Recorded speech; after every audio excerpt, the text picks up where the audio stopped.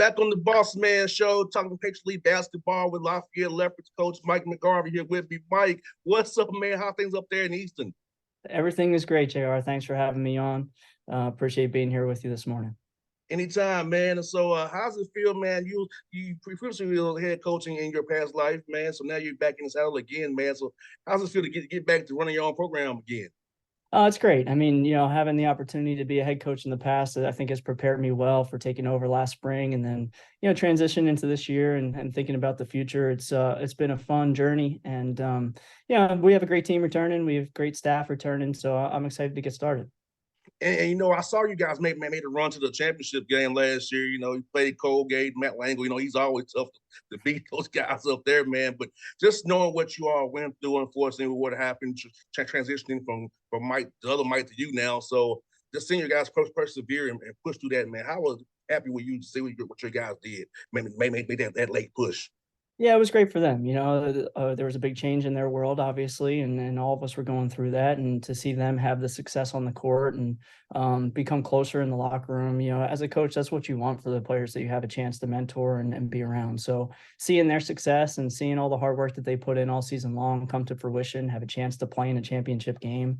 We talked about that often throughout that journey, is that when you're in March Madness and you're playing in conference tournament week, when you get to that championship game, you've got not only your conference, the other 8 teams that haven't been able there watching you and wanting to be in your shoes, but think about all of Division I. Having that opportunity to play in March Madness is what really kept us together through that run. It was really exciting. Yeah, I'll tell you a quick story. In Tennessee State, where I went to school at, man, it was weird because we knew our coach was getting fired if we didn't win. We played in the OVC is 4 days and 4 days. If you're like lower C, like we were 4-4. So we was up by 12, man. we literally tried to win the game. We ran out of gas, but my guy LT, a big guy, right? Why are you going to deny up on with 2 seconds to go? You ain't do this, Mike. But I said, LT, why are you trying to deny? You got back cut and we lost by 1 point. So that cost Coach Si's job. We all did go to big dance and forever. We like, man, the back cut, man. What were you thinking? Why were you up here denying all hard? What were you thinking? Oh, you got beat backdoor, fool. Now, maybe fortunately and unfortunately, our championship game, we weren't in that close of a game, right? So the unfortunate part is that we weren't in that close of a game. The fortunate part is that we weren't in that close of a game. But it was, I think, just having the opportunity to do that and having the experience in it has prepared our returners well. And the incoming class is now looking at that as the opportunity that's in front of us. So, becoming more comfortable in those moments and on that stage, should hopefully provide us the opportunity to go ahead and know what it takes to win that game when we get back there, hopefully. So that's the motivation that we have here in the off season. That's what we're looking forward to. Yeah, March Madness is so fun, though. I'll tell you, even though it sucked for me, it was still fun to play 4 in 4 days. So which time we see you, man, we all said the back. Yeah. Yep. People ever live that down in his life. No, that's definitely a lifetime story. Yes, indeed. So you probably know this, but my dad was a coach too here in Atlanta, man. He's 84 years old. He'll be 84 in August, actually. He had his legal pads out, still watches games the way he does, still talks to his old players. So for you, my dad always told me about he wanted to help young men grow and help their games grow. So what was kind of like your why to want to get into the coaching profession and do what you do right now? Yeah, no, I recognize I'm on the younger side of coaching, but I'm entering my 17th year in college basketball coaching, which is kind of wild to think about. And everybody had the dream of being a player. So I had that dream too. I had a pretty successful college basketball career, albeit Division III. But in my mind, I wanted to continue to be a player post-graduation and didn't get those opportunities as a professional player and had the opportunity to step in as a young coach at 22 years old. So, for me, that journey of being a young coach and being around the game and being able to help young players has always been what's driven me to continue in the profession. And you see the many successes on a day-to-day basis as a coach. It's not necessarily the championships that you win, It's not necessarily the 40-point game that somebody might have that keeps you motivated to do it. You see the little things, the daily maturity, the academic success, the professional success, the relationship success that your players have. And the longer you do it, you find that more and more rewarding. So, it's a blessing to be in this profession. It's something that I don't take for granted at any step of my journey. I know there's a lot of people that would love to be college coaching. Oh, yes. And I can't think of a better way to earn a living for our family than to be around this group of guys and coaching staff and be in athletics. It's really a wonderful thing. No doubt, Mike. And for you, man, what's the pillars of your program that like you want the program to be known for, and what values you want your players to have who come play for you up there in Lafayette and representing the Leopards the right way? Yeah, for sure. I think connectivity is something that we really try to preach. Having a culture where everybody is getting along and they're motivated by the same goal, and trying to achieve daily success and put ourselves in position to be successful on and off the court. I think when that happens, you can see teams really believe in themselves, and the wins come when that's set. So that's kind of what we are going to recruit towards. We're going to try to build a family-like atmosphere every single day. A lot of positivity, a lot of energy, and just be a team that's really hard to defeat. We're not going to beat ourselves. We're going to be a team that makes smart decisions, that takes advantage of what opportunities we have in the games. And then hopefully the success will come down the road where everybody will want to be a part of it. We've seen that in our league with Bucknell in the past, with, Colgate recently, and, hopefully we can be that next group. And speaking of your league, Mike, it's so tough, man. Like I said, I know Matt Langle's been pretty much running the league for the last few years, but I just talked about him, how tough it is in that league and how talented guys really are in the Patriot League. I feel like you all don't get the do what you deserve because how good the basketball is. But I really people should really watch what you guys do up there. It's really fun to watch. Very, very skilled what you all do up there. Yeah, for sure. To talk about the league a little bit, obviously there's two highly academic conferences in Division One, and we have scholarships the Ivy League doesn't, and that's kind of what separates us nationally and internationally when people think about Patriot League basketball or Ivy League basketball relative to Division One basketball. So that part is pretty cool. We get a chance to coach really smart student athletes that have an opportunity to play at the biggest stage. But when it comes to the competitiveness of the Patriot League, it's a very well coached league. It has been for years.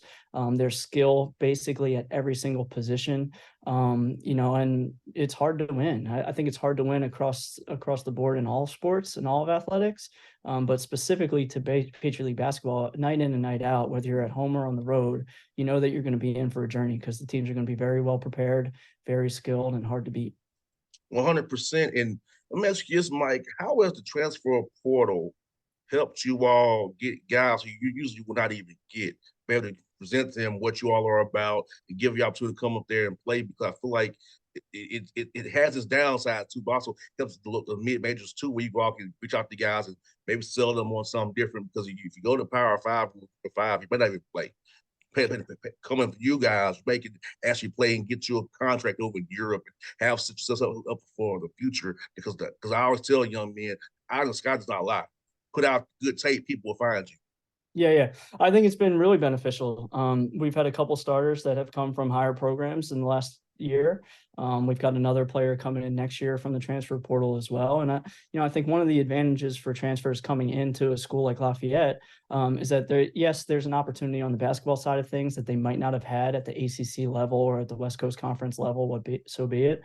But there's also an opportunity academically to, once the basketball career is over, to have an opportunity in whatever field of occupation you want to go to have a career that's going to be life lasting and have this network and this alumni base that is going to take care of you for a long time. So to me, I think it's a great opportunity to recruit really talented players that we might not have been able to get out of high school that are coming to us for the right things. And that's the balance between that opportunity in basketball, but also that opportunity in academics as well.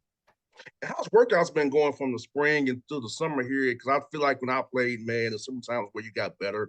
The play development piece was the main thing, and having that camaraderie with your guys, those gases you run, those stairs you run, those workouts you have, the sprint coach, that builds that camaraderie right there in the summertime, and it pays itself off in February and March when it really counts. Talk about the spring and the summer for you guys and what you all have planned for the rest of the time here. Yeah, you know, you're right about that. So we spend all year long trying to be the best version of our team that we can be. And then you get the spring and the summer and even into a little bit of the fall where you can improve as an individual. So the springtime, that was really individual based, trying to help our guys get better in all facets of the game and have them take ownership in what they wanted to work on, which was a lot of fun. And now as the summertime comes, we've got our group coming in the next couple weeks. We've got a handful of players back this week that are training. So it's a little bit more relaxed than the season would be. But at the same time, we're starting to build on those foundations and try to get that culture right in the summertime. So we've got, you know, this time of year is really cool because, you know, there's not a whole lot of academic stress on our players at Lafayette. So it becomes more of like, how do you prepare like a professional basketball player? It's fun for our staff. It's fun for the players, and hopefully we're all getting better in the journey. No doubt. I got two more for you, Mike. Sure. I want to ask you about scheduling. I know that's the second toughest part of your job is scheduling. How was that been trying to get games, man, get to come play you guys or having to get balled? So how's that been trying to get these games together, man? Yeah, it's always a challenge. You know, we have some contracts that are going to carry over into next year, so a lot of our home and homes were set. The opportunities to play at the highest level is always exciting for not only our fan base and our school, but also for the players and for them to get a chance to go out and play against UCLA, which we will do next year, is really exciting. Being in the Philadelphia market, we've got a bunch of schools in the Big Five that we can tap into, which is always a great thing. And then trying to find the balance of, you know, preparing yourselves for what the Patriot League season will be. So the way we look at it is we've got the non-conference, that's kind of one season. Then we've got the Patriot League regular season play, that's another one. And then the postseason is the third season in our year. So that non-conference scheduling, although it's tough, it hopefully is preparing us for a really good run in the Patriot League. 100% there, folks. Mike has a connection to one of our favorites here in Atlanta. In my research, I did research about it from this interview. He knows our good friend Matt Ryan very well. So talk about connection to Matt Ryan. He's a great guy in the community. See him in house games all the time. Used to work. I told you off there. I used to be around the Falcons a lot as well, doing that during that coverage. Talk about your connection to Matt Ryan, man, and how long you've known him and your family known each other. Yeah, it's been a really long time now as I think about how I've become. I went to high school with Matt. He was a year behind me, so we played basketball together for 3 years in high school, football for 3 years. He was my quarterback, which was fun. I was a wide receiver. And then we played a year of baseball together. So following his journey and being a fan of his and watching him become one of the best, you know, quarterbacks to play the game and have all the records that he broke while he was in Atlanta as a Falcon, it was really fun for my family and especially for me knowing him on a personal level. So I'm not sure what's next in his career. I saw that he's going to do some TV stuff, but I think Atlanta is a special place in his heart, and hopefully Atlanta views him the same way. We do. We love Matt Ryan. You know, I've been a Matty Ice guy. Matt Ryan really put his heart and soul into the Falcons. He really did. Yeah. And I'll tell anybody who will listen, if they never went after Deshaun Watson, he still would have been a Falcon. But did it? Yep. Yep.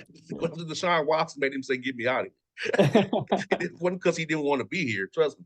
It's like, Yep. well, you want to, okay.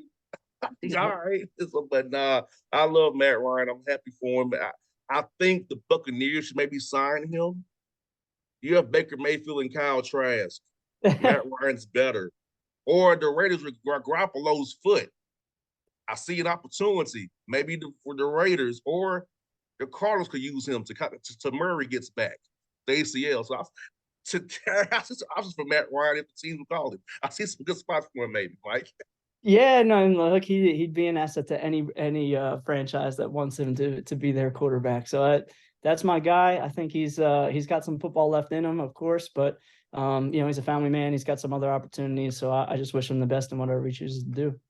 100%. Well, Mike, thank you for your time today, buddy. We'll just get real soon, man. I enjoyed our chat today, man. Likewise, thanks for having me on. Anytime. All right, talk soon.